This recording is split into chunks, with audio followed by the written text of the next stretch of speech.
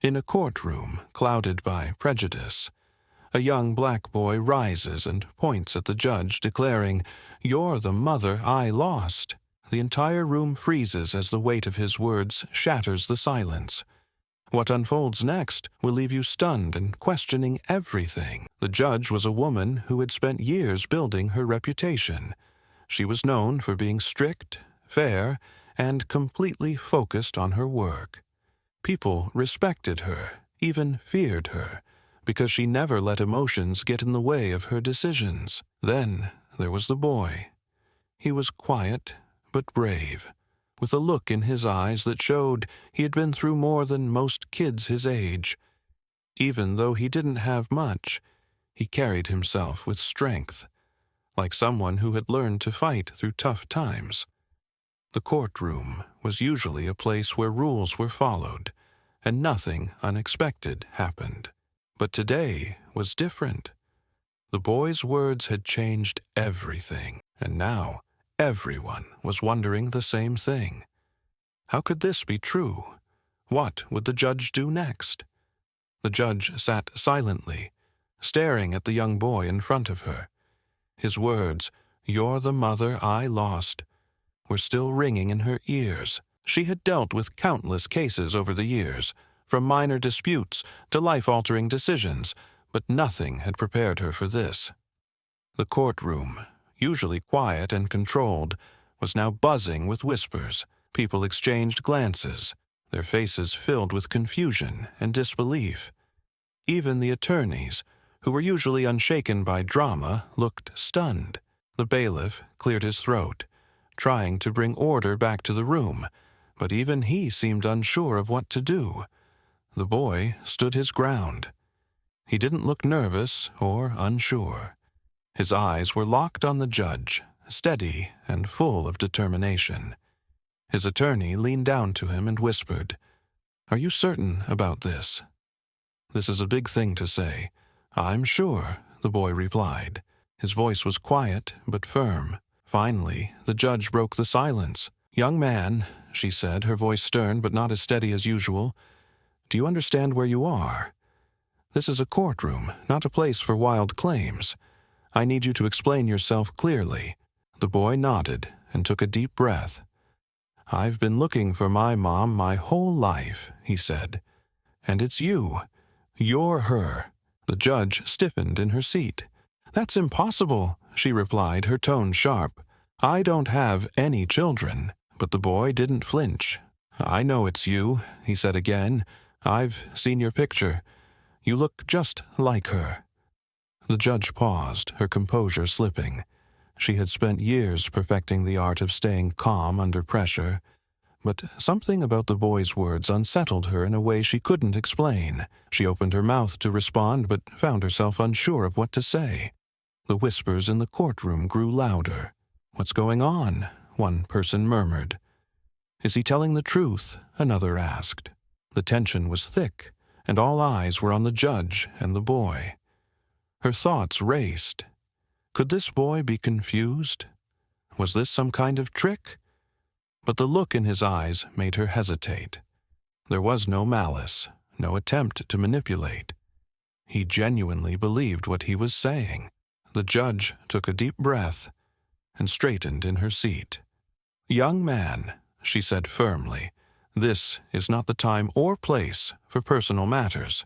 If you have proof of what you're saying, it needs to be addressed through the proper channels." "I have proof," the boy said, his voice unwavering. "I found a picture of you with me when I was a baby." The judge froze. A chill ran down her spine. She quickly dismissed the feeling, telling herself it was impossible. She had no children, no ties to anyone that could explain this. And yet, his words planted a seed of doubt she couldn't shake. The boy's attorney stood up, breaking the silence. "Your Honor, I think it's best if we continue this conversation in private. My client has a lot to say, and I believe this matter deserves attention outside of the courtroom setting." The judge nodded curtly, desperate to end the public spectacle.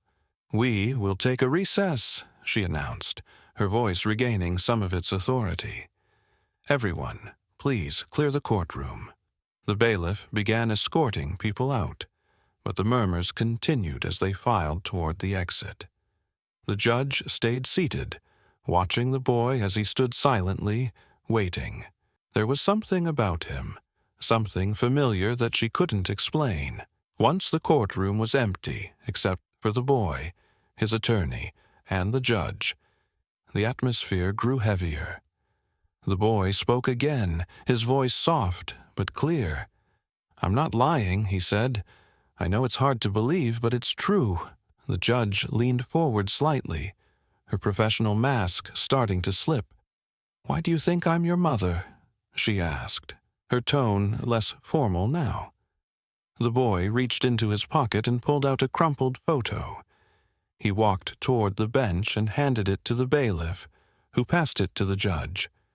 She unfolded it slowly. Her breath caught as she stared at the image. It was an old photo, faded with time, showing a younger version of herself holding a baby. Her mind reeled. She had no memory of this photo or the moment it captured. And yet, there it was, undeniable proof that connected her to the boy standing before her. "This can't be real," she whispered, almost to herself. She looked back at the boy, who was watching her intently. "Where did you get this?" The boy hesitated. "It was in a box of stuff I found at the foster home. They said my mom left it behind." Her heart raced. Foster home. She felt like the ground beneath her was shifting. "I don't understand," she said, shaking her head. "This doesn't make sense." "It's true," the boy said again. "I've been searching for you ever since I found it. And now I know it's you." The judge didn't respond immediately. She couldn't. Her mind was flooded with questions, memories she couldn't quite piece together, and emotions she had spent years burying. Finally, she looked up, meeting the boy's eyes. For the first time in her career, she felt completely unprepared for what came next.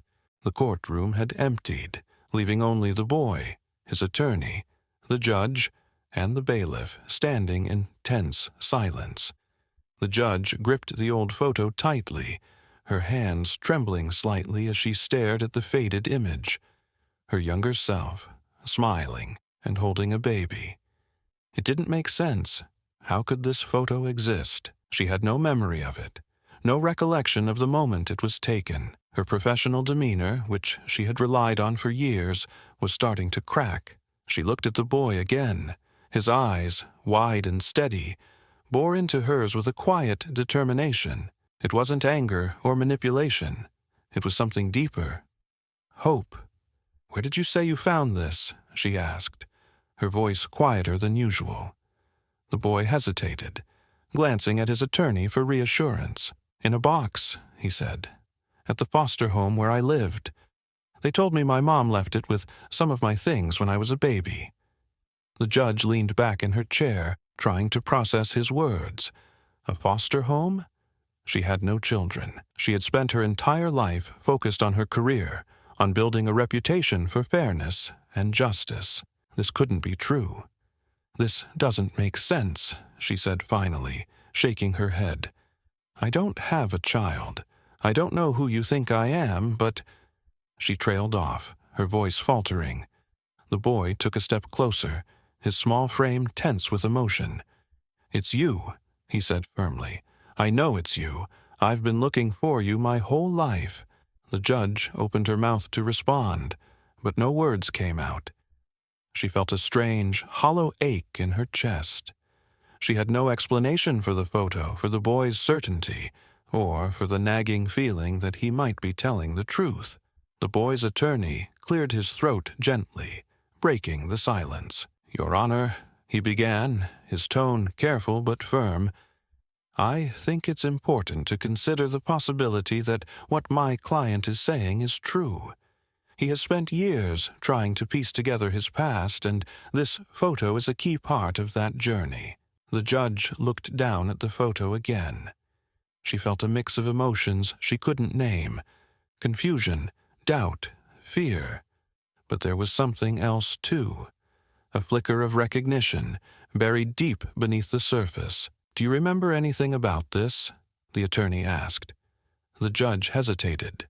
She wanted to say no, to deny everything and move on. But the truth was, she couldn't ignore the small cracks in her memory, the faint, blurry images that had started to surface the moment the boy had spoken those words. I don't know," she admitted finally, her voice barely above a whisper. The boy stepped closer again, his eyes glistening with emotion. "Please," he said, "just think. There has to be something, anything." The judge closed her eyes, taking a deep breath. She felt like she was standing on the edge of a cliff, staring down into the unknown. For years, she had buried parts of her past, painful moments she didn't want to remember. But now, those memories were starting to claw their way back to the surface. "I was very young," she began hesitantly, her voice shaking slightly. "There was a time when I wasn't sure what my future would look like. I made some difficult decisions I thought were right at the time." The boy's expression softened, his determination giving way to quiet hope. "What kind of decisions?" he asked gently. The judge opened her eyes and looked at him. "I don't know," she said again. "I can't remember everything clearly.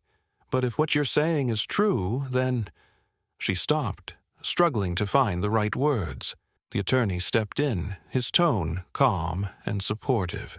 "Your Honor, would you be willing to take some time to go through the records, to see if there's anything that might explain this photo?" The judge hesitated.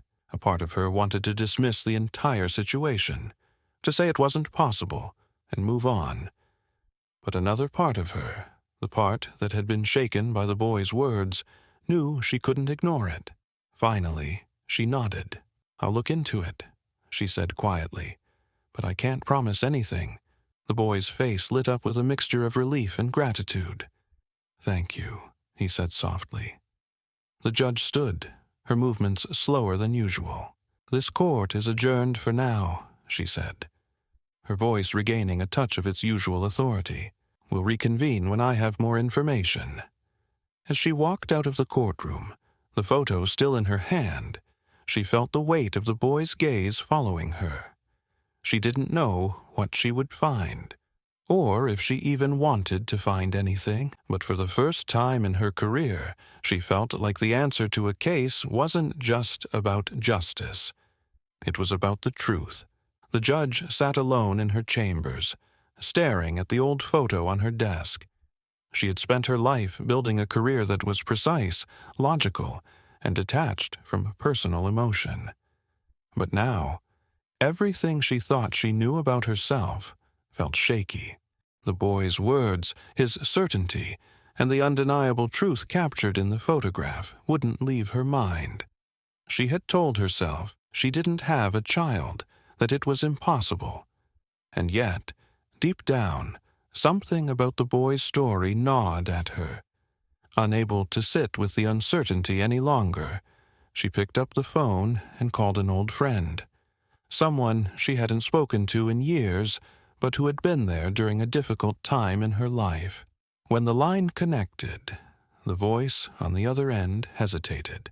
"I didn't think I'd ever hear from you again," the friend said. The judge's voice trembled slightly as she replied, "I need your help. There's something I need to remember, something I may have forgotten or tried to forget." The conversation was brief, but enough to point her toward the answers she was seeking. She hung up, her mind swirling with old memories that had long been buried. The next day, the judge requested access to sealed records from a foster care agency. It took hours to get approval, but when the documents finally arrived, her hands trembled as she opened the file. Inside was the confirmation she didn't want to see, but couldn't deny. The boy's birth certificate listed her name as his mother.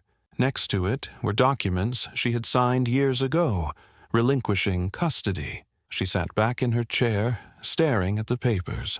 It all came rushing back. The difficult decision she had made when she was young and struggling, believing she couldn't provide the life he deserved.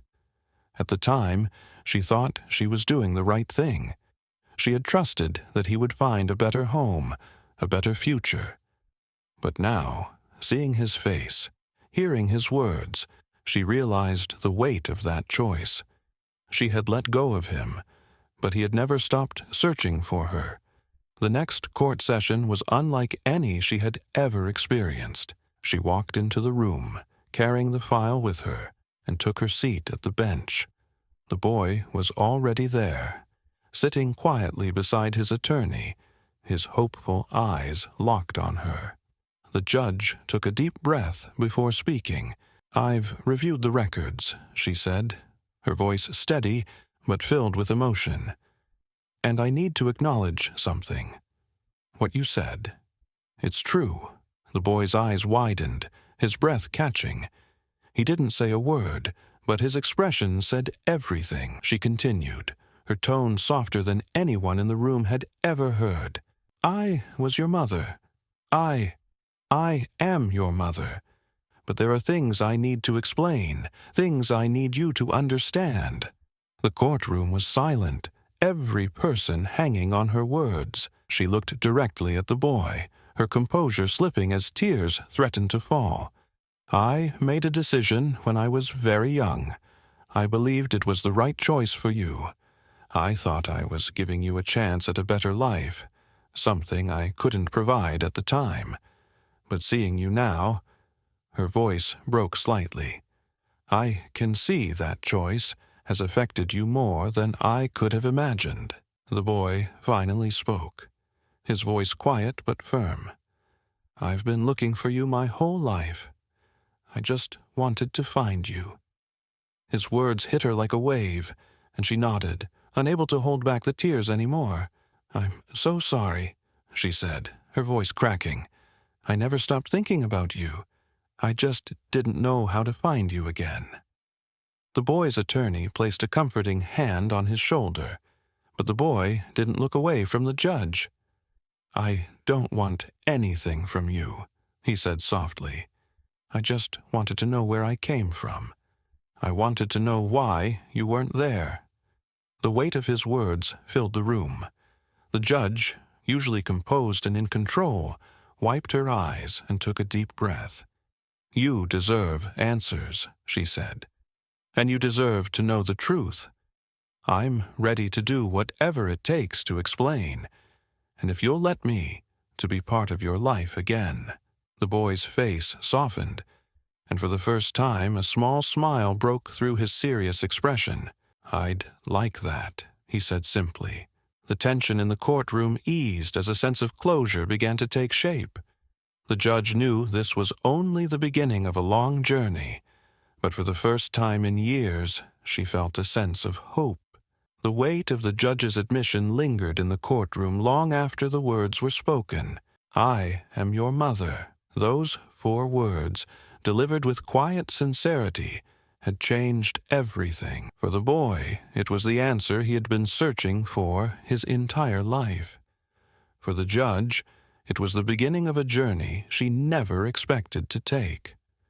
The courtroom remained silent for several moments, the air thick with emotion. The judge glanced at the boy, her heart heavy with both regret and relief. She had spent years trying to bury her past, but now, faced with the reality of the child she had given up, she felt a responsibility she could no longer ignore.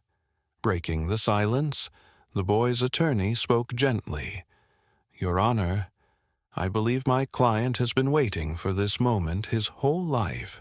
Perhaps it would be best to speak further in a more private setting." The judge nodded. "Yes," she said softly. "We'll arrange that." She turned to the bailiff. "Court is adjourned." As the courtroom emptied, the boy stayed in his seat, his gaze never leaving the judge. She stood slowly, gathering the file that had revealed the truth, and stepped down from the bench. For the first time, she didn't feel like a judge. She felt like a woman confronting a deeply personal and painful truth. They met in her chambers later that afternoon. The room, normally a place of formality and professionalism, now felt small and intimate. The boy sat across from her at the table, his hands folded in his lap. His attorney remained nearby but gave them space to talk. The judge started hesitantly. "I don't know how to begin," she said, her voice quieter than usual. The boy looked at her with a mixture of curiosity and sadness. "Just tell me why," he said simply. "Why weren't you there?" She took a deep breath, her eyes lowering to the table. "I was very young when I had you," she began. "I didn't have support, and I didn't know how to take care of you. At the time, I thought giving you up was the best thing I could do for you. I wanted you to have a better life, with a family who could give you everything I couldn't." The boy listened intently, his expression unreadable. "Did you ever think about me?" he asked after a moment. Her eyes filled with tears. "Every single day," she said. "I thought about you, wondered where you were, if you were happy, if you were safe. But I convinced myself that reaching out would only make things harder for you. I thought you'd moved on." The boy nodded slowly, processing her words. "It wasn't easy," he admitted. "I always wondered why I wasn't enough for my mom to keep me." Her heart broke at his words.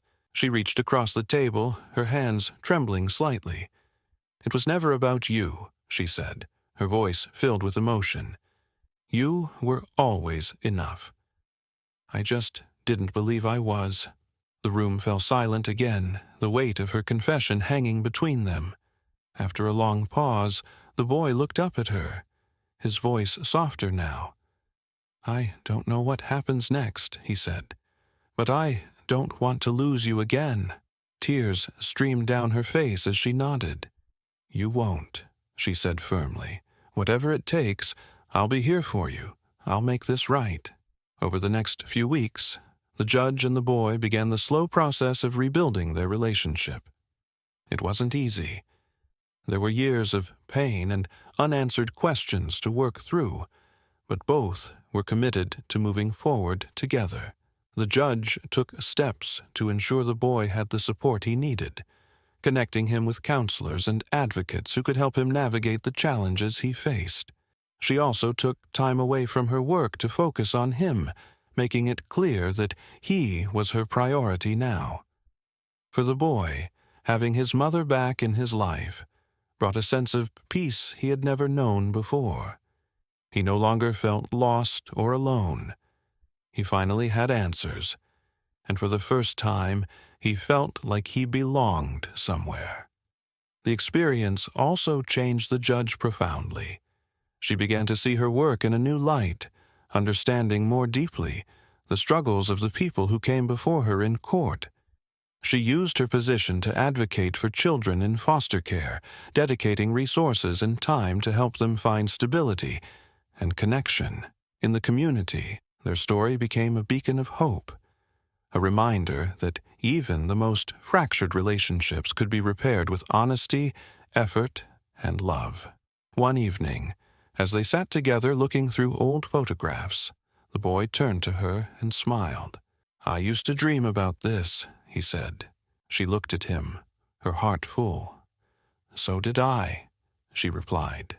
Their journey wasn't perfect, but it was theirs, and as they moved forward together, they knew that the bond they had rediscovered would carry them through whatever came next. This story is a powerful reminder of the resilience of family bonds and the importance of honesty and forgiveness. A boy's unwavering search for the truth led him to a moment that changed both his life and the life of his mother forever. Despite years of separation, their reunion showed the world that it's never too late to mend broken connections and heal old wounds. What would you do in a moment like this? Would you be ready to face the truth, even if it meant confronting difficult parts of your past? Share your thoughts in the comments. We'd love to hear your perspective. If this story moved you, don't forget to like, share, and subscribe for more powerful tales of courage, love, and redemption. Thank you for watching, and we'll see you in the next story that challenges us to grow and believe in the power of second chances.